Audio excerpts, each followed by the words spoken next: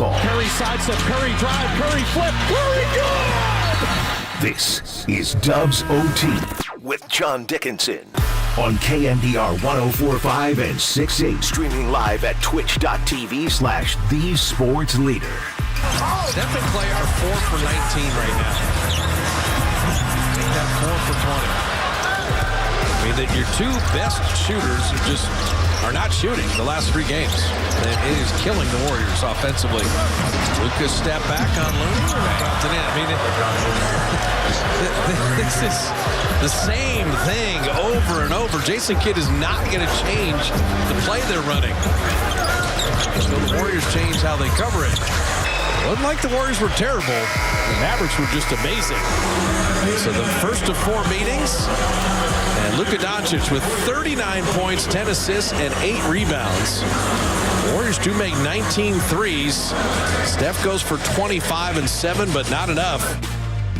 Not enough as the Mavs beat the Warriors 132-122. We welcome you in. It's Dubs OT with JD. John Dickinson here on KNBR, the sports leader. 808 KNBR is the number. We appreciate everybody who is joining on YouTube and Twitch, as well as the Warriors fall to 0-2 on the 7-game homestand. That is a pretty pivotal one as far as trying to determine ultimately what this team can be. Final game of 2023 onto the 2024 portion of this NBA schedule, and the Warriors now dip back to 2 games under 500 after briefly getting over the 500 mark going into the Christmas game against the Nuggets. So the Dubs have now lost to Denver. They lose to Miami, a woefully shorthanded Miami squad at Chase on Thursday, and tonight it's just too much. Luka, Klay Thompson tonight, 1 of 11 and 1 of 6 from 3, didn't close the game. A lot of bad defense combined with some pretty poor shooting in stretches of this game. Now, the Warriors did get hot from 3 as it went on and did end up, as you heard Fitz say there on the opening call that we played here on Dubs OT, Warriors ended up 19 threes at a 39.6% clip. That, on a lot of nights, is good enough to win games. But the Warriors found themselves down by as many as 16. And just not enough. Really, the defense, the big problem for Golden State in this one. And too much Luka, 39 to go with 8 boards and 10 assists. And so it's back to the drawing board for the Warriors as they now fall to 15 and 17, 32 games into this season. And the homestand continues. Couple of days off for New Year's Eve and New Year's Day. And then it's Orlando and Denver, Detroit, Toronto, who just traded OG Anunoby earlier today and got beat by Detroit, ending the Pistons' 28-game losing streak. Did Detroit over Toronto. So both those teams are coming to Chase in the next week here, and then the Pelicans to close out the homestand. So the Warriors have to get back on track after winning 8 in a row on the home floor. They've now dropped 2 in a row at Chase and 3 in a row overall. So ugly stuff, honestly, defensively, and another bad start for the Warriors in this game. They trailed 34-26 into the first quarter, and Steve Kerr making some lineup changes. Trayce Jackson-Davis goes into the starting lineup for Kevon Looney, who was battling illness. Steve Kerr probably trying to get a little bit more of a defensive presence at the rim with Trayce Jackson-Davis being out there. Trayce Jackson-Davis played 29 minutes. I thought he played pretty well. Career-high 17 points for TJD. And then the other lineup shift was going back to Chris Paul. Chris Paul over Brandon Podziemski. Podziemski came off the bench and, again, was the spark plug that he's been in the early part of this season. But the Warriors, just not enough defense. At points in this game, just could not get a stop at all. The Mavs having their way, getting Luka switched on to whoever the hell he wanted, and just going to work. And the Warriors failed to slow Luka down, but they also let other players get into a big-time rhythm, including Dante Exum and including Josh Green off the bench. And it was really Exum with 19 and Josh Green with an efficient 18 and Tim Hardaway Jr. 16 that really helped propel the Mavs in terms of the bench scoring. So 808 KNBR is the number. 808 KNBR. It's John Dickinson here on the Sports Leader. It's Dubs OT with JD. A lot to get into here. We will head into the Warriors locker room with Sounds of Silver. That's coming up here between now and 9:30, 10 o'clock. We'll keep this thing rolling as long as the people want to speak to it. We'll fire off the YouTube chat as well. But it's a night that just kind of it leaves you scratching your head as to how the Warriors can get things back on track, and also another one of those games that makes you truly wonder what the ceiling for this team actually is. I mean, that might be, as my guy Greg Silver was asking as we were getting set up for the show in here and kind of watching the end of the Dallas-Detroit football game, what a wild finish that was airing here on the Sports Leader. He said, well, what's kind of the question to come out with? And I was thinking about all of the different storylines, and I try to take my copious notes that I run through the game on my laptop or on my phone, trying to type through. And in the moment that the game ends, or in the final couple of moments when you're trying to see where this thing's going to end up, sometimes the game's over with 2-3 minutes to go. Sometimes you don't. But I always try to knock it down to 5 key things. Like, what are the 5 biggest storylines, things that happened in the game to come out of the gate hot and get this show going. And to me it was no defense. It was Klay Thompson not finishing the game. It was Steve Kerr playing Andrew Wiggins and Jonathan Kuminga together in the fourth quarter and down the stretch, which didn't work out very well on Thursday. In fact, they were awful together on Thursday. Not terrible tonight, not great tonight, just kind of okay. Could exist out there together. And basically it was Kuminga and Wiggins who finished the game because Klay Thompson did not, along with Steph Curry, who was out there, and Chris Paul, who was out there as well, with Trace Jackson-Davis. So the other thing was the lineup changes. I think that's a big headline. And Gary Payton II's return. And Gary Payton II, not much of a factor in this one, although he did help the Warriors make a little bit of a run there. What was it? I guess it was in the first half, right? He played 1 minute in the second quarter, and then he was out there. 1 minute at the end. It was about 4 or 5 seconds. It was the last possession of the first quarter, and then Payton was out there with the group that initially had the Warriors go on a 12-0 run. It was a game of runs, a lot of different runs early.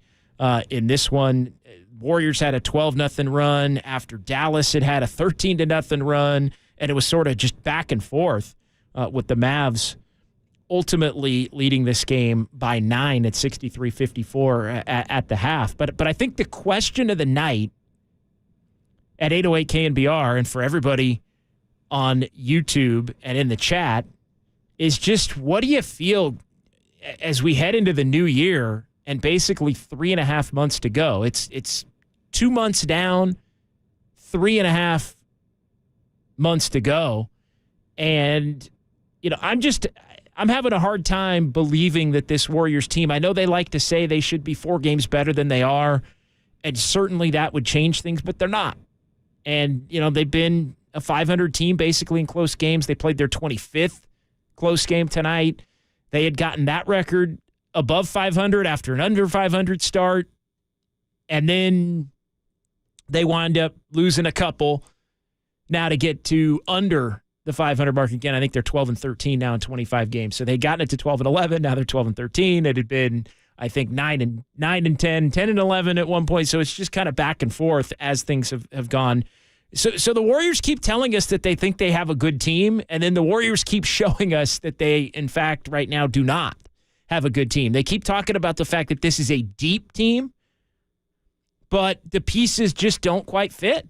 And Steve Kerr continually is trying to figure out on a night-in, night-out basis the proper combinations. But again, it all starts with, Steph was 6 of 15 from 3, which you'll take, but he was 9 of 25 overall. Klay Thompson, 1 of 11. It really starts with those two.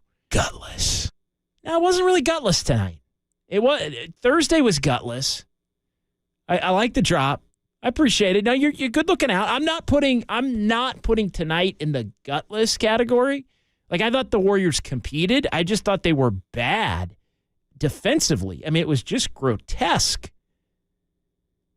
Poor switching, just getting lost on shooters, not getting back in transition. It was just ugly. I mean, it would just look like a bad defensive team is what they looked like. 808 KNBR is the number. 808 KNBR, John Dickinson, Dubs OT with JD here on the Sports Leader. Tough night for the Warriors, but again, it also leads down the path of OG Anunoby was traded by the Toronto Raptors to the New York Knicks bright and early this morning. Woke up to that news. I think it went down at about 9 a.m. Eastern. And so, that's one name off the board, frankly, and not to say that the Warriors were going to be in the OG Anunoby sweepstakes, but if they were going to do something to attempt to acquire a young prime type player that has a skill set that could complement some of the other players they have,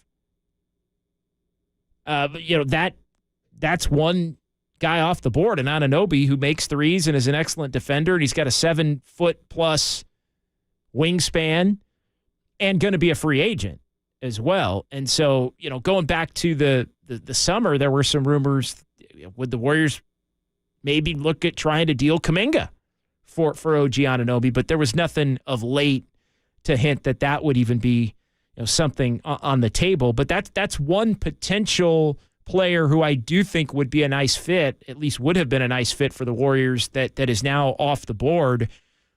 And the more this team loses and the more everybody keeps wanting to whisper in my ear that this team is deep and talented and better than their record, at some point you have to get out there and freaking show it. And this team has not showed it to this point on the season. And so with the trade deadline basically a month and a week away, Mike Dunleavy Jr. and Joe Lacob and everybody in the Warriors front office needs to be taking notes as to whether dramatic changes need to come for this Warriors team if they are going to salvage the season. And every time this team gets to a game or two under 500, the comment or the thoughts has to start to shift toward, is this season worth attempting to save? Or do you wind up basically saying it's going to be a developmental season and you're going to keep you're going to keep all of the young players and keep developing them, but keep losing because, as we've seen, the young core isn't bad, but is it really a young core that can completely hold you up if you're not getting big-time contributions from the main guys? And I think what we've seen is, they got some nice young talent, but they aren't going to hold this team up on their own without others having to step up. And if the others aren't capable of stepping up, then the whole thing is kind of shot to begin with. And so, if you're going to play it out with the younger players, then I think that means going more into a developmental mode, which is not by any stretch of the imagination what the Warriors believed that this team and this season was going to be about. So I think that's something that we're going to have to keep in mind here, is that the Warriors were basically all in on making the most out of the veterans and making the most out of Steph and Klay and Draymond, who now hasn't been around for basically 3 weeks. And it's tough. Tonight was one of those nights where you'd say, hey, the Warriors sure as hell could have used Draymond Green. And that gets back to what my biggest issue with Draymond being gone is the fact that I think very quickly this team goes to being a team that against good offenses can't get enough stops to win games. And with somebody on the chat saying basically Luka got TJD switched onto him a bunch tonight, and Luka had his way with Trayce Jackson-Davis out on the perimeter. And, again, I'm not coming down Trayce Jackson-Davis' road. I mean, he's a rookie in the NBA, but part of the reason the Warriors picked him up is because they believe eventually, again, I'm not blaming him for tonight. I mean, you're getting schooled by one of the best players in the game. So I'm not ripping on Trayce Jackson-Davis, but part of what they view Trayce Jackson-Davis and his ability eventually to be is to be able to defend out on the perimeter. And if he can't, well, then they're going to have problems. And he's going to be less playable than basically, anybody would have initially gone into thinking that they would have been. Yeah, no Jimmy Butler, no Lowry the other night. Tonight, no Kyrie, no Maxi Kleba. I mean, the Mavs did have Luka Doncic. Seth Curry was out. So, yeah, and Luka was a game-time decision right up until 45 minutes before the game when the lineups have to be set. So, ugly, ugly stuff for the Warriors in this one tonight. And they head into the new year trying to figure it out, and they got to start figuring it out at home. Unfortunately, some bad 1-5 November homestand vibes in the first couple of games of this homestand for the Warriors, where it was really an opportunity coming back at 15-15 to separate, to push forward, to show the rest of the league what this team can actually be. And again, it doesn't add up. It doesn't add up. The talent that they continue to double and triple down on saying that they have, the depth that they say they have, the combination of complementary players that they say that they have, it doesn't add up because the pieces do not fit on a night-in, night-out basis together at the level that this team has basically been sold by the organization to the media and to the fan base. And so I think it's time to start maybe asking some of those questions. 808 KNBR, the number. Moses Moody didn't play. Coach's decision tonight. Not hard to believe with Gary Payton II coming back and Wiggins playing better, although Wiggins did not play well in the second half. It's funny, Kuminga didn't really play well in the first half. He scored, but his defense was atrocious in the first half. Second half, Kuminga played pretty well. Him and Wiggins were out there together, and Wiggins didn't play well. So it's indicative of a lot of what's happened game to game, where it's almost like Kuminga's pretty good, or Wiggins is pretty good. Usually not both. And when it is both, they can't finish together. But it was more of, Kuminga played a more complete game, I thought, in the second half. Wiggins played a more complete game in the first half. And both of the negative points really hurt the Warriors in this game. And so, again, Klay Thompson benched down the stretch. That's another one of the big headlines of this one. And rightfully so. I mean, Klay Thompson, if you're going to say you're going to play the best five on a night-in, night-out basis, then that means if Klay Thompson's 1 of 6 and 1 of 11, he can't finish the game. And he didn't tonight. So from that standpoint, I do think Steve Kerr looked around and Chris Paul, here's the other problem tonight. And I say problem. Chris Paul defensively tonight really struggled.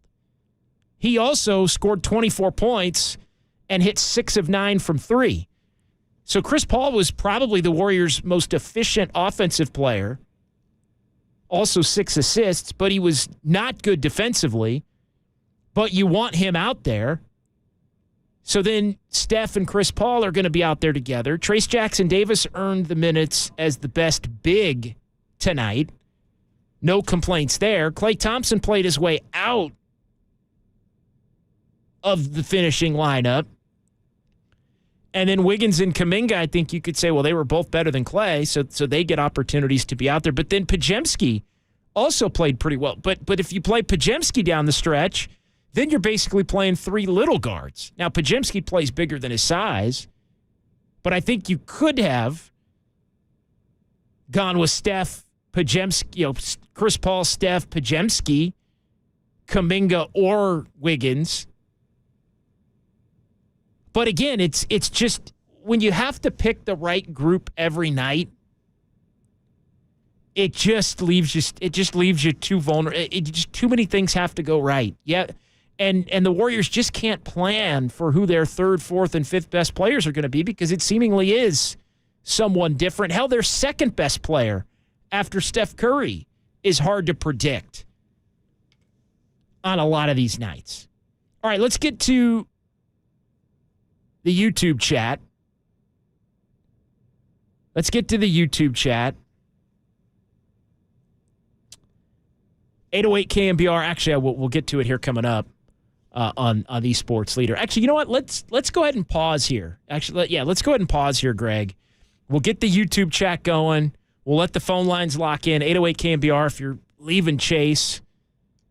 As the Warriors get beat 132 to 122. Short break. We'll come back. We'll get to the YouTube chat. We've got Sounds of Silver, Fun with Numbers, all of the JD Dubs OT staples here on KNBR, the Sports Leader. Yeah, Chris A. What's up? I see you there. I see Otis Bird. I see Frank Kim. Weakness in Numbers. I see Douglas Mikes. I see Atco. What's up, Atco? Atco Pest Control. 808 KNBR, the number. It's Dubs OT with JD. It's KNBR 104.5 and 680, the Sports Leader. No, God! No, God, please, no! No!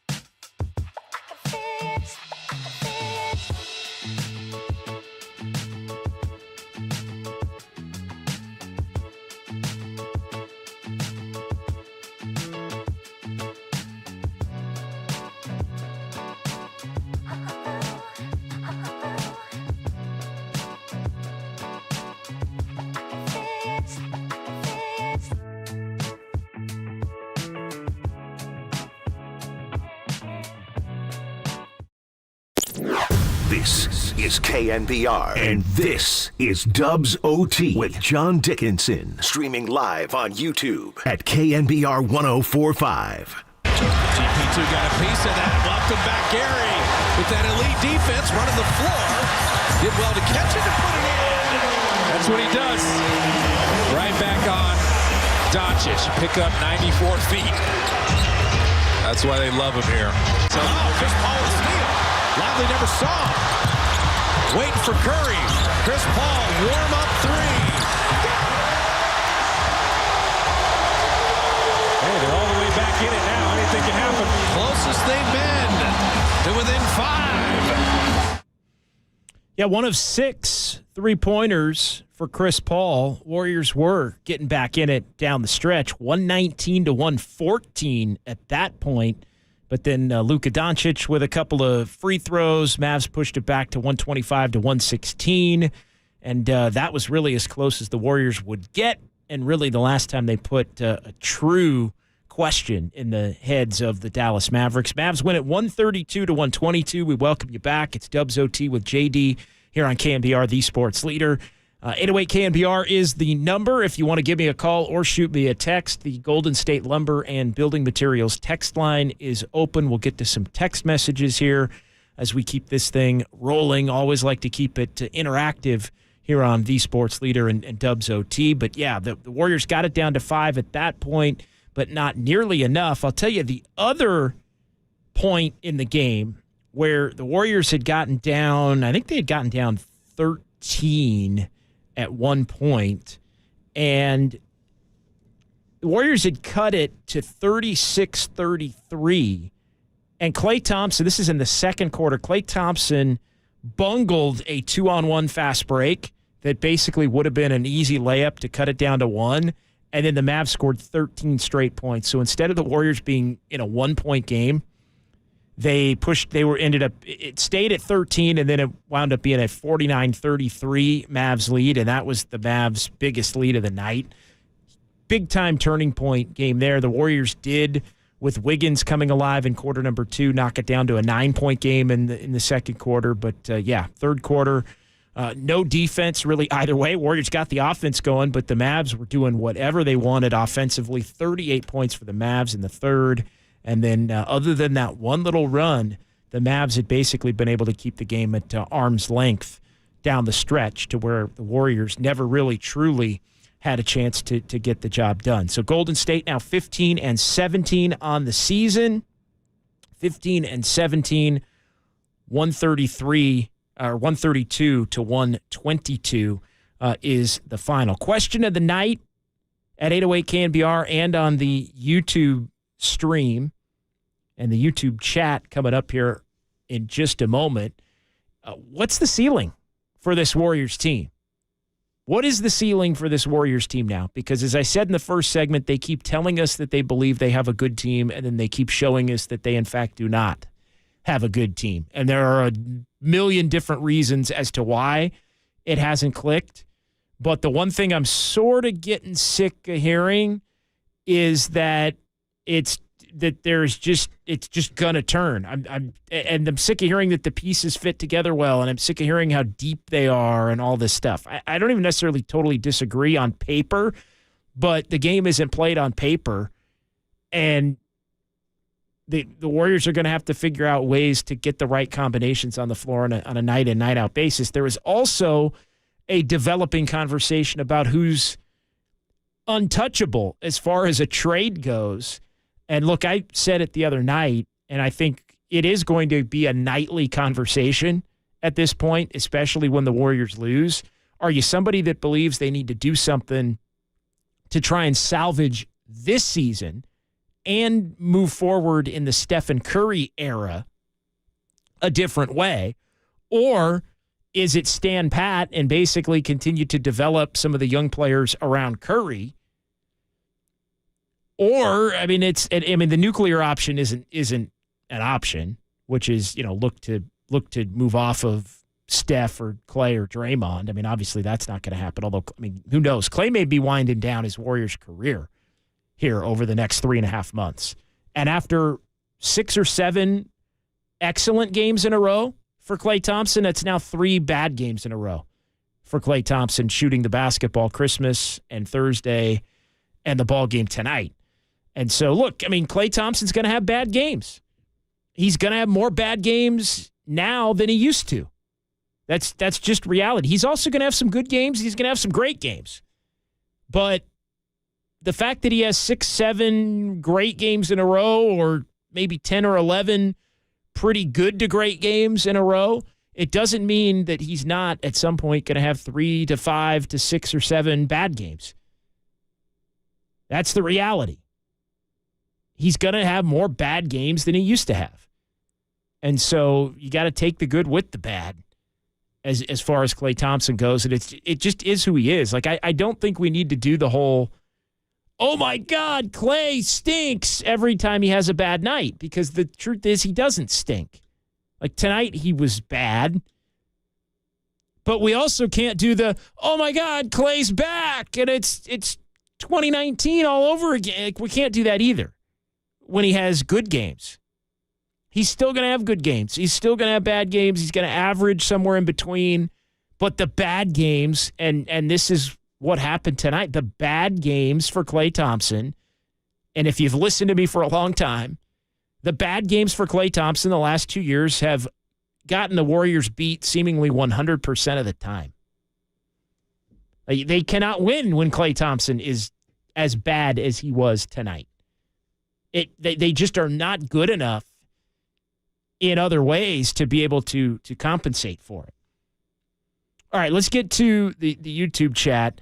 Dollar Bill on the who's untouchable conversation. Is Pods untouchable? I don't think anybody's untouchable. I really don't. I don't think anybody, other than Steph at this point. I mean, I feel like I shouldn't have to say that. I'll say this. I don't think the Warriors are going to trade Klay Thompson in the middle of this season. I guess I should lay out some ground rules to this. I don't think the Warriors are trading Klay Thompson in the final year of his deal this year. Maybe the next 5-6 weeks change that conversation, but right now I would say no. I don't think they're trading Draymond Green, who they just signed to a 4-year deal. Like, he's not going anywhere. He's not going anywhere. And you don't want to trade Steph because he's Steph. Obvious reasons. Don't need to continue to further that explanation. So I think those three are in their own category. But then you start looking at, the next group. Would you trade? I think it all leads back to Wiggins or Kuminga. Like, I personally would keep Podziemski now. I like what I've seen for Podziemski. Now, if you can get a great player and it's a combination of other players you think you can get, then maybe you have to. But I think Podziemski and Trayce Jackson-Davis, I don't want to call them untouchable because they're good young players in their rookie years, but we don't know. I mean, they're not great. We don't know that they're great future players. So until you know that, you can't be categorized as untouchable. That being said, I wouldn't be looking at trading Podziemski or Trayce Jackson-Davis. I said the other night I wouldn't be looking at trading Moses Moody, although Moses Moody is the kind of filler that, I think there'd be 20 teams in the league that would love to have Moses Moody. That maybe none of them think he's a great player, but all think they could help him. And I think the Warriors are in that same vein, but yet I feel like Moses Moody winds up being the odd man out just because he's mature enough, even at his young age, to accept the fact that he's the odd man out. Like, I feel like his maturity almost is working against him. It's like, I can make him the guy that doesn't play tonight because he can handle it, and somebody else may not handle it as well.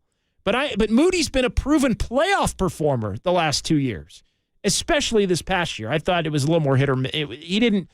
He played well in some really low-pressure situations his first playoff year when the Warriors won the title.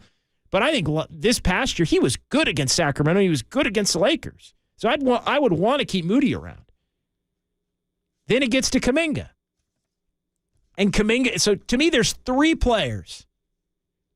There's 3 players as far as that I think it comes down to for the Warriors. It's Kuminga, it's Wiggins, and it's Chris Paul.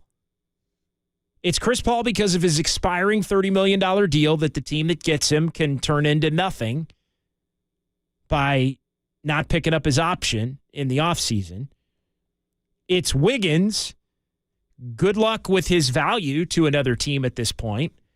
And then it's Kuminga, who is somebody that I think the Warriors really have to do their due diligence on to figure whether they believe that their evaluation of who Kuminga is right now and who he can be over the next couple of years matches with what Kuminga believes he is and thinks he can be over the next couple of years. Because if that doesn't match, then I'm sorry. I like Jonathan Kuminga. I really do.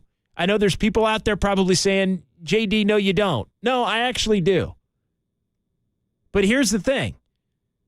If the Warriors' vision for Jonathan Kuminga doesn't match Jonathan Kuminga's vision for Jonathan Kuminga, then Jonathan Kuminga probably has to go.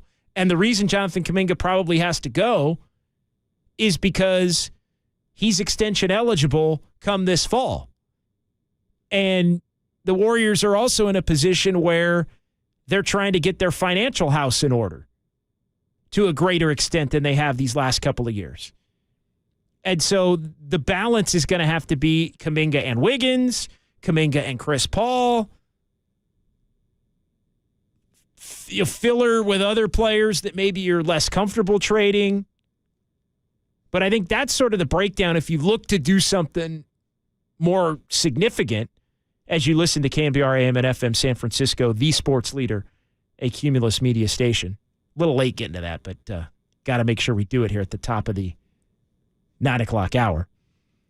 So that's the JD calculus as far as how to look at trades. It's nothing personal. It's a matter of the Warriors' vision for Kuminga has to match his vision, because I feel like there's this passive-aggressive thing going back and forth where Kuminga wants to be a future star. I think the Warriors maybe even could see him as a future star, but they want him to be a really consummate role player right now, and they're getting that production out of him more so lately over the last 3-4 weeks. They're getting that production from Kuminga, but Kuminga's not even happy with his role when he's giving them what they want. He's still not happy with his role. So I think you have to, if a guy's not happy, then I think you have to look to move forward maybe in a different direction. So those are the three players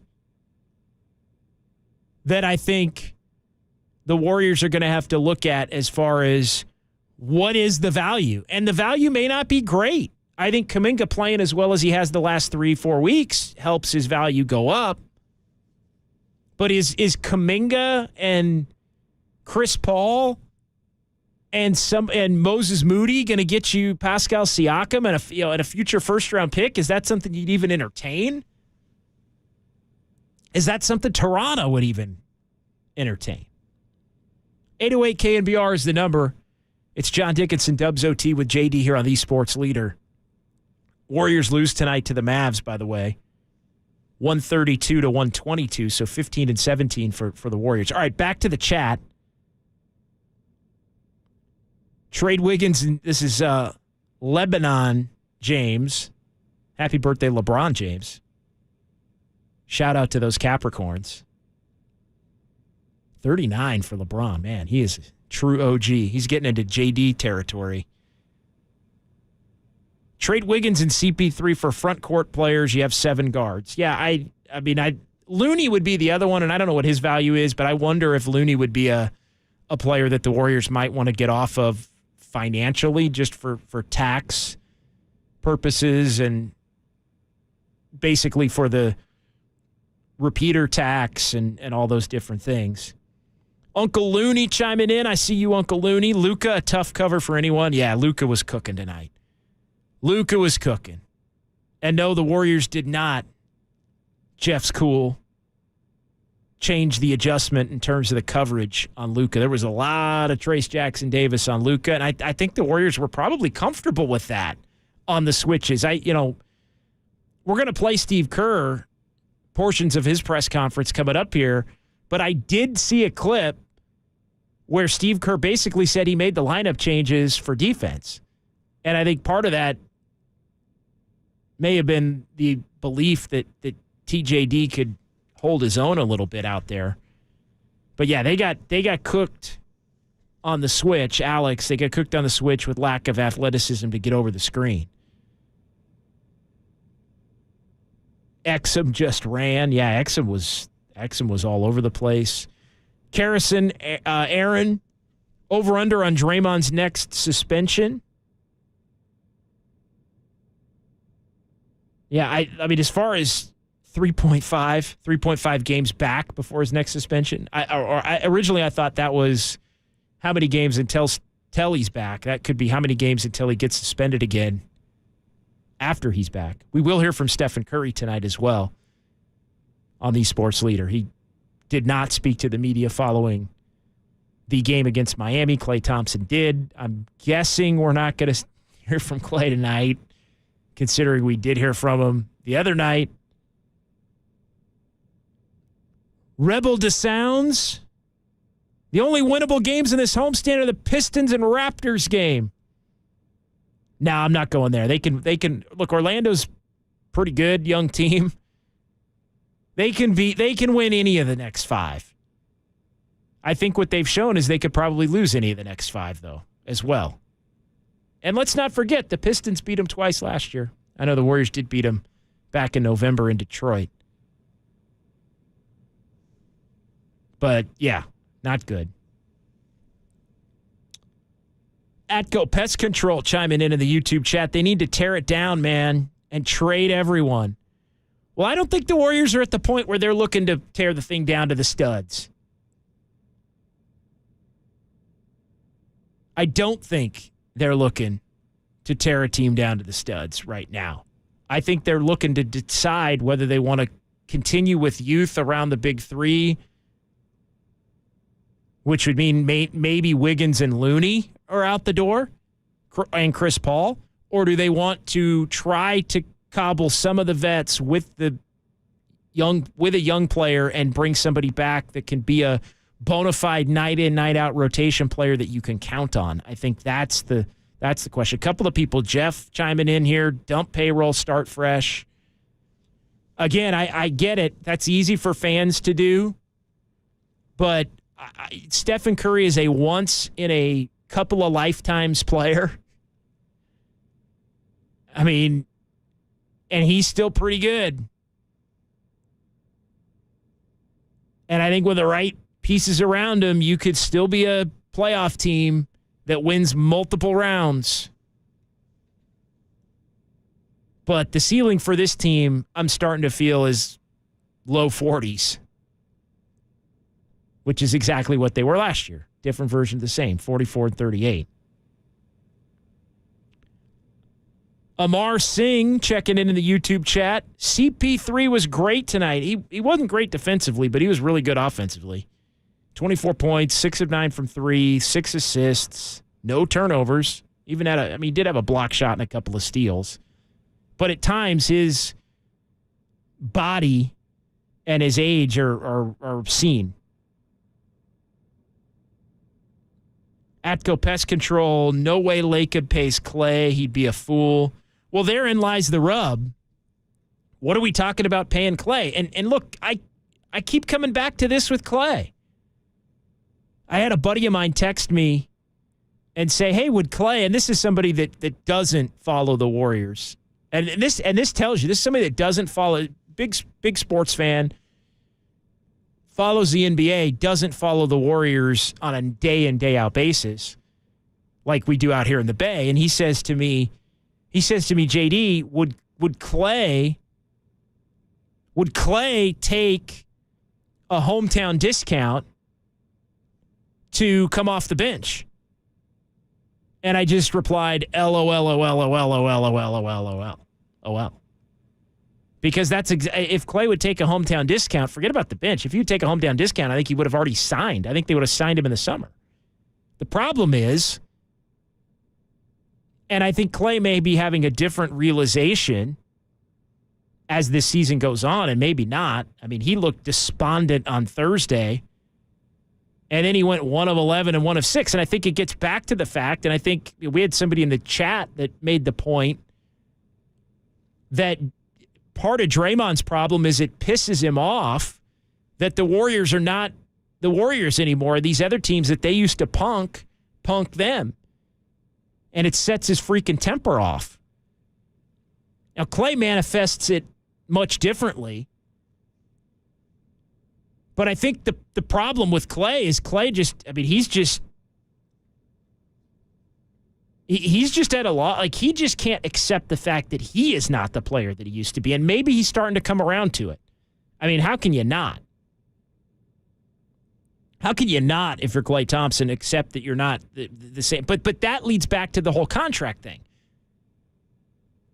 Because I feel like, the big part of the reason why nothing had been done in the summer or right before the season was because Klay still viewed himself as a $40 million player. When he's going off on media day talking about the fact that he still made 300 threes last year and still did it at a 41.5% clip, he was basically saying, hey, man, the numbers say I'm just as freaking damn good as I have always been.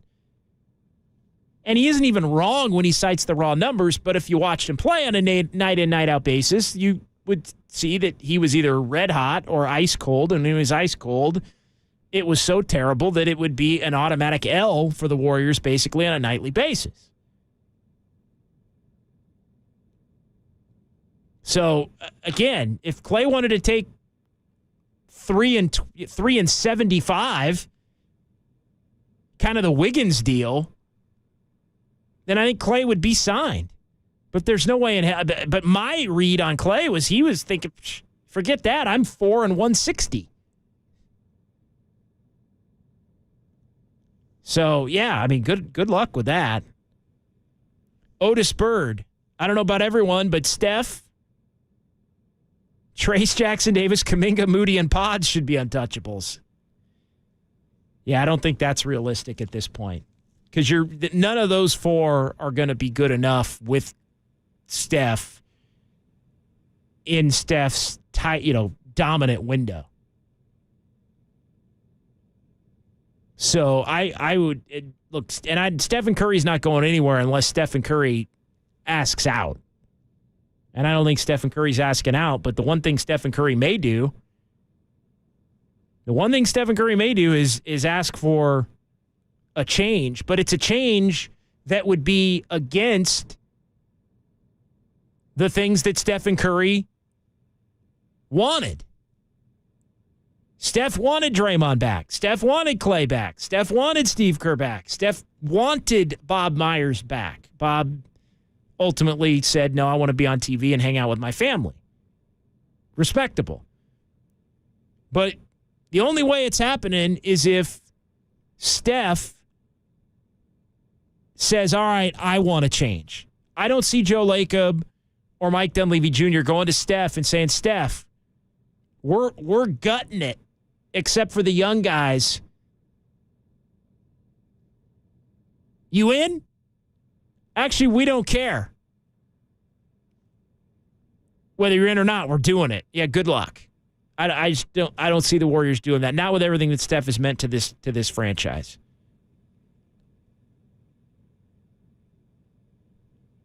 Kind of weird Moody didn't get at least a few minutes. It really wasn't. I don't think Steve Kerr wanted to disrespect. Well, there really wasn't any garbage time, actually, because the Warriors were close enough to where they. So but I don't think Steve Kerr wanted to put Moody in that type of situation out of respect. I mean, he's spoken to the point numerous different times that he will go to Moody and be like, hey, you're probably not in the rotation tonight. Stay ready. And Moody will ultimately stay ready. So, 808 KNBR, the number. It's John Dickinson, Dubs OT with JD here on the Sports Leader. Mavs win at 132-122. Our questions of the night. What's the ceiling for this team? A lot of 500 in the YouTube chat.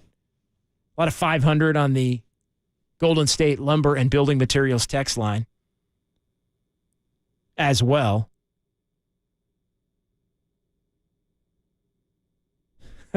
Rockin' New Era Will Lacob go full rock? Lacob to Steph. Do you want to rebuild Curry? Well, Joe, Lacob, it doesn't matter what you want. Yeah, I don't think that's happening. Appreciate it, rocking New Era. What are you rocking tonight? New Era 84. I know you have many of the caps. Let me know what you're what New Era you're rocking tonight. That is funny. Kuminga going to the media was stupid. Yeah, it was. I mean, Kuminga played better tonight. I do think, as Mickey D notes, Kuminga working is on his way to get off the team. I do think there was a little bit of that. Like, I just don't think that Kuminga, his goals are aligned. I think he wants to play, so he's going to do what he's told to try to get on the floor, but I don't think his goals for the player that he thinks he is are aligned with the Warriors' goals for who they want him to be. So I think that's going to be the issue. A lot of people saying, "What's up, JD?" JD, thanks for the shout out. JD, you can't see me. Well, no, figuratively. I can see your comments. Yeah, Moody is a true professional. Oaktown A, not playing Moody is disrespectful.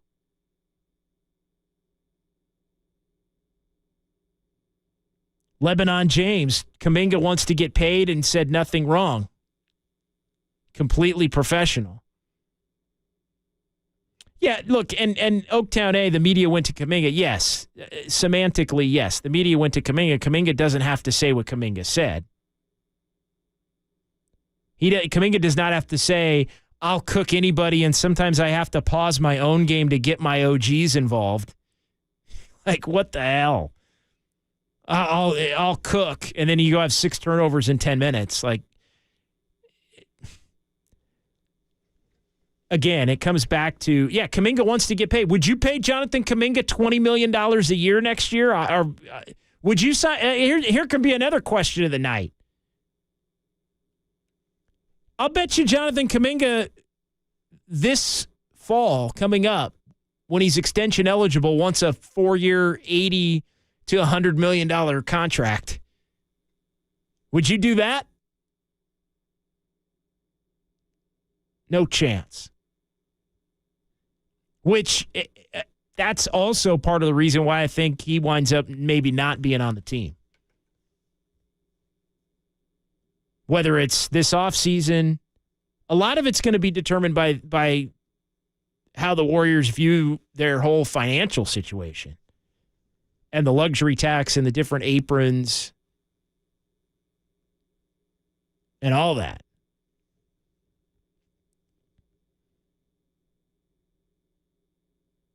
I just don't, again,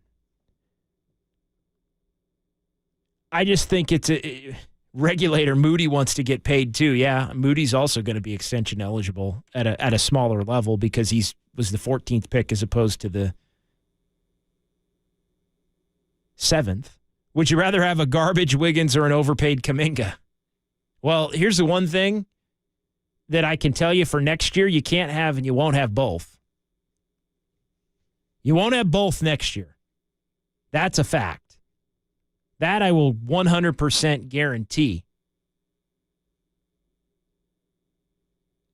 And yeah, Atco chiming in. Lacob already said to Tim Kawakami on his podcast that he wants to be under the second apron. Yeah, that's why they traded Poole in part. No doubt. I mean, they're going to make sure they do everything they want to do. And then GSW Vera, I'd be happy to keep JK, but the problem is he doesn't want to stay unless he gets a bigger role, and that's exactly right. And they view Kuminga as a 4. Like, the Warriors don't view Jonathan Kuminga as somebody that's going to start at the like Wiggins. When the Warriors had their preferred lineup, which is Steph, Klay, Wiggins, Draymond, and Looney, that lineup that was among the best in the NBA last year, that did not perform at a level this year, and Kerr's gone away from it and Draymond suspended, all that stuff. Wiggins is the 3 in that lineup. They don't view Kuminga in that type of a lineup where you're going to play a center and Draymond at the 4. They don't view Kuminga as a 3. So that, I think, leads down a path of, like, they don't view him as a Wiggins replacement in that sense. Now, I think that's another area where they are different than Kuminga and Kuminga's camp. I think Kuminga's like, I want to play the 3. I should play the 3. So I just think they're not aligned in future role, in current role. I just feel like they're kind of making it work the best they can, but a divorce is almost inevitable unless Kuminga just completely explodes in a good way to where he plays so well that you can't not have him on the floor every single night. But if that happens, we're all going to know it. Like, we're not going to be debating Kuminga at that point. If Kuminga gets to that level, there will be no debate. But he hasn't gotten to that level at this point.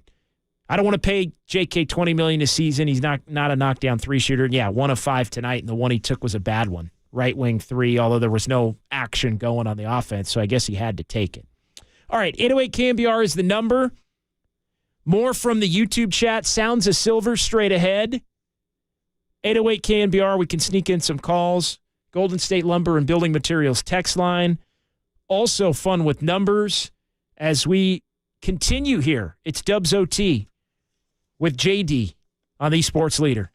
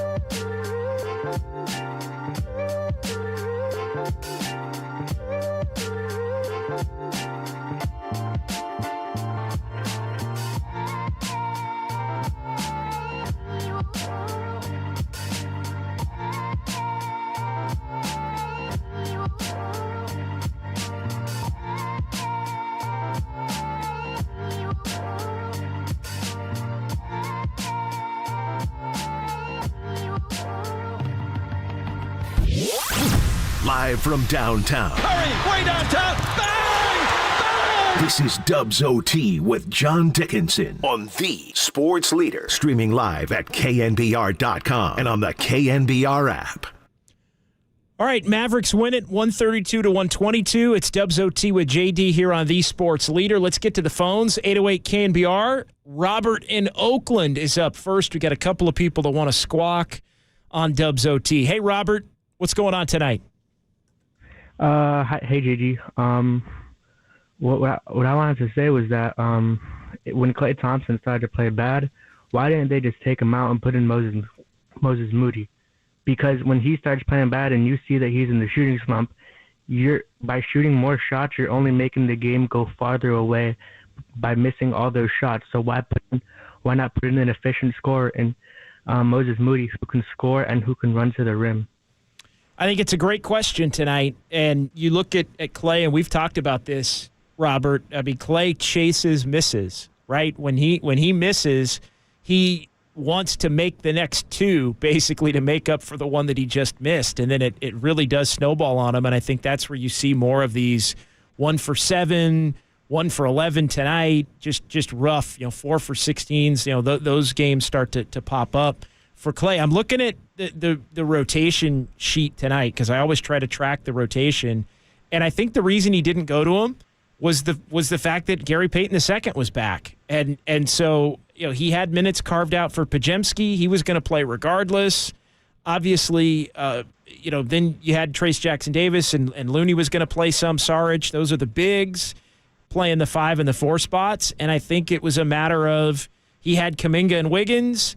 And then he had Gary Payton II back. And so he wanted to figure out how to give Gary Payton II some minutes and then didn't alter the rotation to get Moody out there. And I also think maybe he told Moody, hey, I'm probably not playing you tonight. And, unless things get out of hand in a major way. And there's that fine line that, Robert, between allowing Klay to work through it because he can get hot and just yanking him out of the game. So I know it's maybe not the best answer, but I think it's the best answer I could probably decipher. Thank you. Thanks, Robert. Appreciate it. 808 KNBR, the number. From Robert, we go to Drew Down. Drew Down and Tracy here on the Sports Leader. Hey, what's going on, JD? Just wanted to touch on a few points in the game and then also the trade talk. As far as the game win, I thought, I know that they went on a big run in the second, but in that first quarter, Klay and Curry were just super inefficient. And with the way the defense is playing, if we're going to be bricking shots, when you started with Chris Paul, Curry, and Klay, it's not a great defensive lineup. So with them being incredibly inefficient, a lot of ways that just, tank the game. So that a lot of people don't like to, criticize Curry, but in the last 3 games, he's been incredibly inefficient. And with the way this roster is constructed, if Curry's not, at least having a, decent game, this team a lot of times has no chance. I like Kerr going to TJD to start the game. Obviously, I thought he played a pretty good game. I know a lot of people were getting on him for the switches on Luka, but Luka's going to cook most people. So I think, the team needs to do a better job of helping him out and getting the ball out of Luka's hands. And another thing that I noticed is that, whether it was Curry or Pods, whenever they were getting into the lane, I felt like a lot of times the rest of the team was just standing around the perimeter. I'm like, you got to cut. And if Curry or Pods is taking 2 or 3 guys, with him to the basket, team's got to cut and give those guys, an option to dump the ball off and score. So I thought it was a lot of lazy, standing around. So it was tough to watch that. And, Luka's going to cook most teams. So, I'm not too surprised, but, obviously the defense was bad and their role players just completely outplayed the Warriors. So it it was pretty tough to watch. And as far as the trades go, I don't think this team is going to do anything until Draymond gets back. Obviously, that's going to further, clog the rotation and going to, maybe cause more players to lose minutes. But I definitely don't think this team's doing anything until he gets back. And a lot of people don't understand this team does not own their 2024 pick. It's top 4 protected. I don't see in any circumstance how this team drops to, top 4 pick in the lottery. So I think that further complicates the trade. And I don't see, I don't know who the player is that this team can acquire. And if they want to send out picks, they're looking at 26 and 28. Do they really want to send out picks that far? I don't know. So I think the answer really is the players on this team need to play better. I mean, Clay's going to go 1 for 11. They're going to lose most of the game. So I'm not sure what the answer is as far as who they acquire, who's been sent out. But the bottom line is Curry and Klay, they need to shoot better or this team's not going to win regardless. Thanks a lot, man. I appreciate it. Yeah, no, I appreciate the call. And, as far as those future picks go, the Warriors, I think their 2026 pick is also going to Memphis. So if I remember correctly, going back to when they traded Iguodala, and Greg, maybe you could help me with that. As far as we know the 2024 pick, but I want to say the 2026 pick was also in that Iguodala deal where they had to offload Iguodala to be able to take D'Angelo Russell back when they got hard capped back during the pandemic and all of that. But so that would complicate trades as well. But yeah, a lot of different things drew down to chew on there. Yeah, they have to get Draymond back and figure out where things go from there. As far as Luka cooking everybody, you can't have Luka cook everybody and you let everybody else on the Mavs kind of have their way and get in a rhythm. So you either have to take Luka away some and force everybody else to win, beat the game, win the game for them, or you have to basically take everybody else away and let Luka cook. The Warriors did neither in this game. Which is a major problem and why the Mavs were so efficient all night long, 55.7%. They also were just hitting. But the Warriors did out-hit them from 3. 19 of 48 at basically almost an identical percentage from 3. I noticed a lot of stagnation tonight, too. The one sequence that really stands out to me is when Kuminga took and made his 1 3-pointer. I mean, there were just a lot of standing around on that play. And just for a team that had 32 assists, it didn't feel like the ball movement was great in this game. And, I did think there was a lot of just lack of player movement. Maybe there was some ball movement, but a lack of player movement. Curry has to have an okay game. I'm with you. But Curry and Klay both can't shoot it poorly. They need both of them. They need both of them. And so tonight they didn't have really either of them. Curry got hot in the second half a little bit. But, yeah, I mean, that's what the last 3 games, Denver and Miami and tonight, you combine Steph and Klay's numbers, and Steph and Klay's numbers have been bad. And so, this team really can't win, I think, when both of those guys are bad. Greg, do we have an answer? The great Greg Silver, fine producer of this program.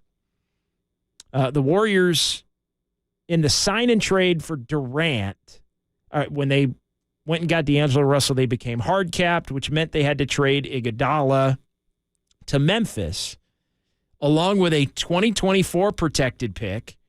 And I wanted to say it was a 2026 protected pick, but do you have the caveat on that? Is it 20? How does that work? It was a 2024 top 4 protected pick, 2025 top 1 protected pick, and then 2026 was unprotected. Okay. So all 3? Because I didn't think you could trade your pick 3 years in a row. Like, I didn't think you could trade your pick actually 2 years in a row. So is there like a pick swap maybe involved there? Well, then the Heat got involved on that 3-team deal in the end, so I think this was the original report when they were just accounting for Memphis. Gotcha. Well, anyway, we'll do some research on that. But the bottom line is we know the 2024 pick is not available. And again, I thought it was 2026 as far as the the other. But anyway, I wouldn't want to be kicking. If you do have picks that are tied up, then you can't trade the pick in the other year because then it would be consecutive years where you're trading your pick. So you're basically stuck with the inability to make a trade that includes the pick. Yeah, Drew Down saying Iggy is a 2024 pick, and again, maybe it was 24, and then if it didn't convey, it would go to 25 and 26. That's often how those deals are done with protections. Basically, the protections change as you get deeper in years, and then if they never convey, sometimes they turn into like, a second round pick or something like that. If it ends up getting far enough removed from the original, let's get to Sounds of Silver and go inside the Warriors locker room and the post-game press conferences here on the Sports Leader. Did you hear something? Yeah, like a swoosh. Yeah. Dubs OT presents the Sounds of Silver. Streaming live on YouTube at KNBR 1045. All right, the great Greg Silver, fine producer of this program here on Esports Leader, joins us now. What do you got from the locker room tonight, Greg? Well, the first one we're going to do is something that we kind of collectively decided during the break, which was Steve Kerr talking about the lack of grit. The guy's under fire a lot this season. I get it. I think when you have 2 games in a row when you come out flat, that's got to be on the coaching when the guys aren't ready to play. Not 100% on the coaching, but he's not completely absolved of this mess. And he talks about the lack of grit, which was a little interesting for all of us to hear, saying that the team hasn't really found it yet. We got about 51 seconds of that, so let's get to it.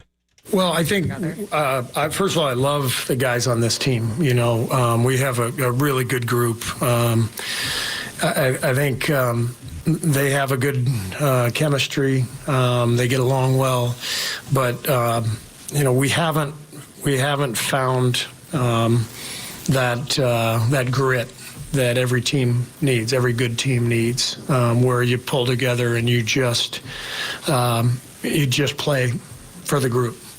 We're not there yet, and that's a problem. We like I said, we got great guys, love every one of them, but until this team really connects in a way that is solely dedicated to winning each and every game, then we're going to be stuck in this place. So we need to get there.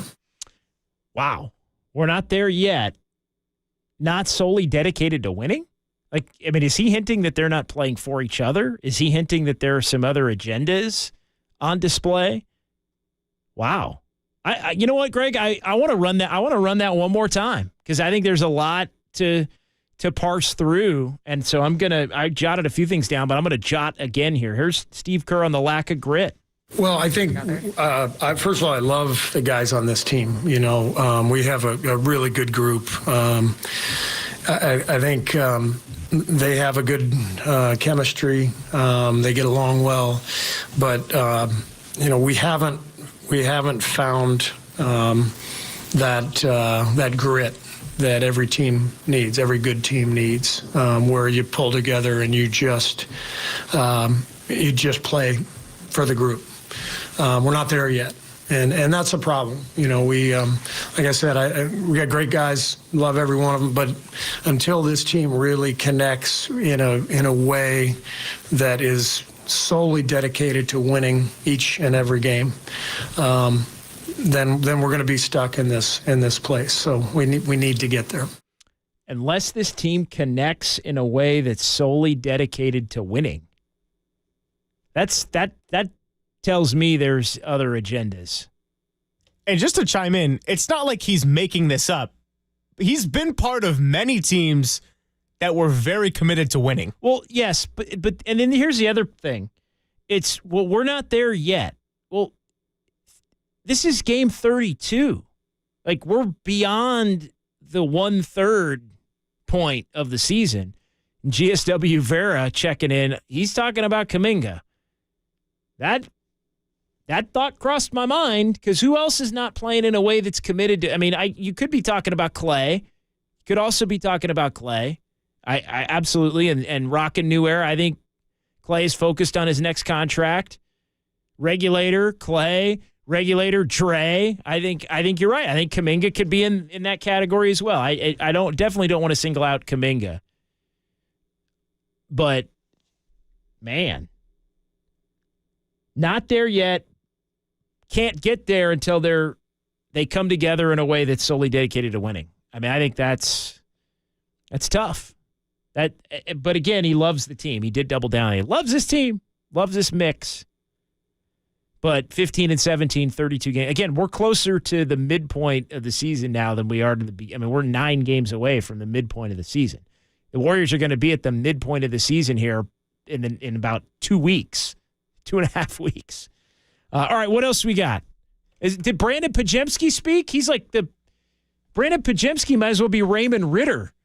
I was just going to say that Steve Kerr is saying he loves the team. He might have to talk himself into loving the entire team, but one guy he surely does love is Brandon Pajemski, the Raymond Ritter, the guy that has been the model citizen and speaker, JD. Pajemski is the guy who is now the mature one who has to get sent to talk about the defense and the lack of communication and why it was so bad. It's like the baby sibling having to take charge of the family drama. Here is Brandon Pajemski. I mean, it was just to switch everything with Luka. We purposely put one of our guards or bigger guards like Jonathan or Klay on Lively. So if he brings it to a pick and roll, we just switch that. And I know we were going to switch everything except with Steph. So a lot of times we just got to communicate honestly. I think when we're out there, sometimes it gets really quiet and we don't know, so we're kind of stuck in between. And then sometimes both of us will go, sometimes neither of us will go. So I think it's just communication. We just wanted Luka to, dribble the ball as much as he could to tire him out. So I think that was probably the biggest thing. Yeah, they definitely got caught on what they were wanting to do. That's good that Pajemski explained it, because there were times where you weren't sure if it was switch everything or not, to be honest, because they would of the way that things ended up playing out. So yeah, Pajemski's great. I mean, what a leader, right? I mean, God, for a rookie, I feel like and again, this is no slight on Pajemski. I just feel like he shouldn't have to be the guy that's explaining why everything doesn't go well every night. So, I mean, just point blank. All right, let's hear from Steph, as he did address the media after not addressing the media on Thursday.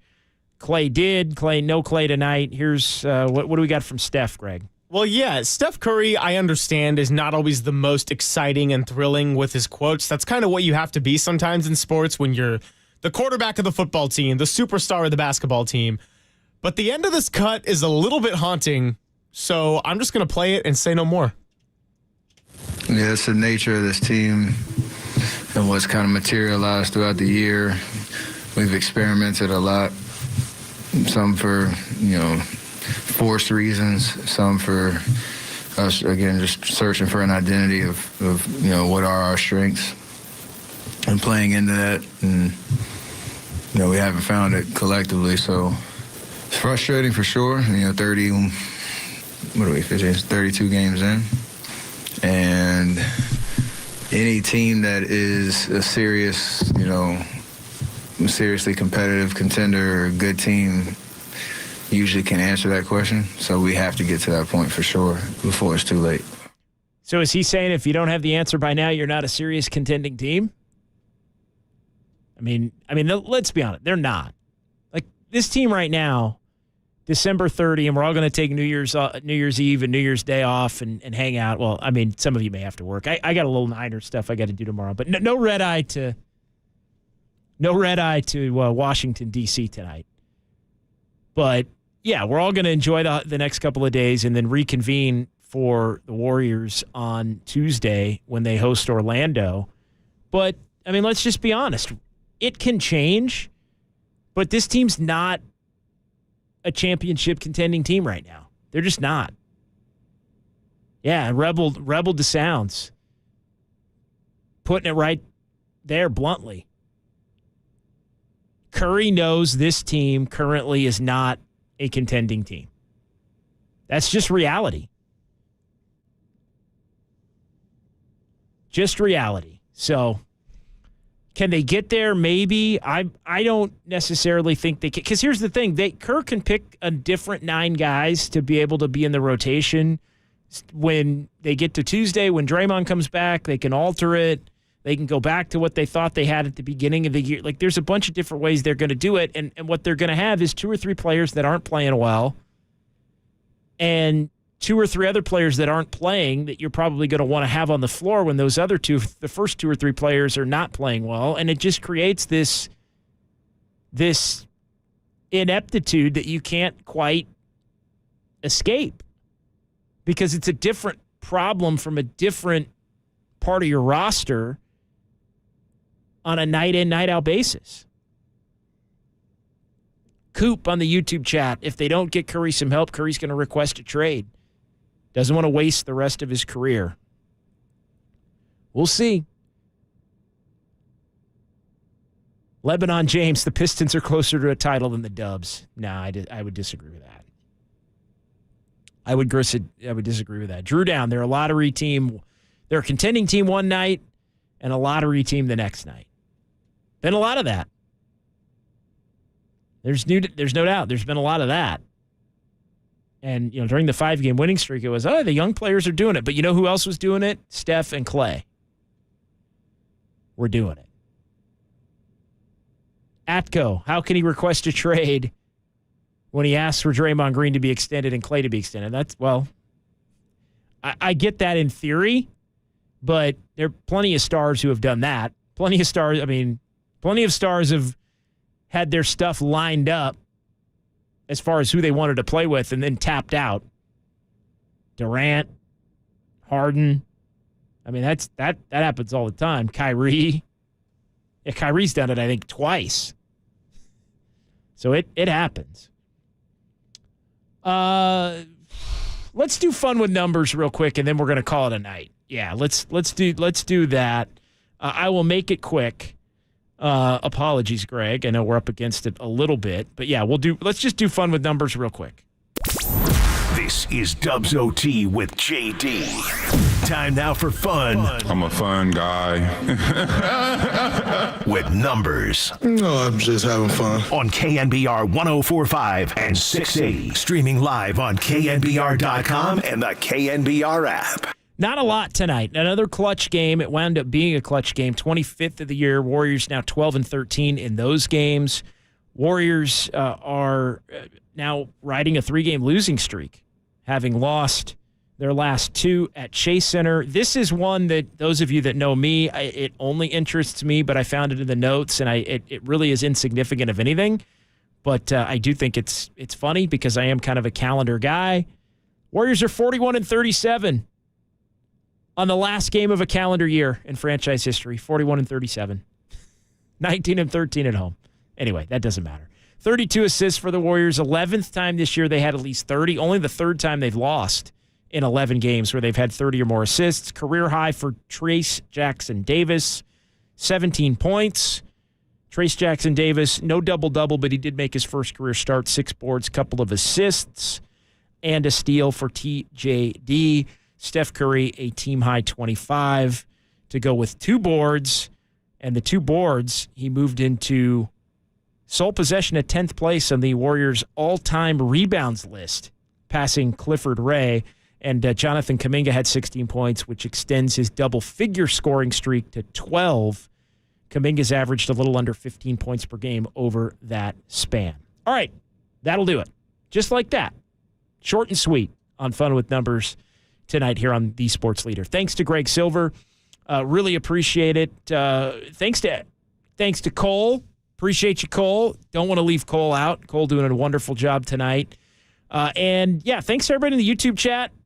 Thanks to everybody who had called in and texted in on the Golden State Lumber and Building Materials text line. Thanks to everybody who's made the switch to my current life from my previous life. As I like to say, the last month has been a blast, and I am excited about the next month and 2024. I really am. Here on KNBR, The Sports Leader, we're going to keep things moving, and we got a lot of really good things that are coming up. We just launching this whole project has been fantastic, and it's only going to grow. So I really appreciate everybody from Adam Copeland and Larry Boomhagen and everybody, behind the scenes, Jake and Michael in the digital department. I'm just going to do some kind of year end because I get a little sentimental and thoughtful at the end of the year. We got some big things coming for this show. And so I can't wait to be able to make those announcements here in the coming weeks and months. And again, I appreciate everybody who's joining me on this endeavor here on KNBR, the Sports Leader. So happy New Year to everyone. Tough one for the Warriors, 132-122, the final. We will reconvene on Tuesday night. Warriors and the Orlando Magic. Dubs OT starts right at the final horn for that one. We'll talk to you then, right here, KNBR 104.5 and 680, the Sports Leader. That's just like making a game winner. Every single night, every day at practice, he's a rock. He's leading. The lob! TJD! Pocket three! Curry three! Oh my goodness. The Warriors keep telling us that they think they have a good team, and then the Warriors keep showing us that they, in fact, right now do not. Seriously competitive contender or good team usually can answer that question. So we have to get to that point for sure before it's too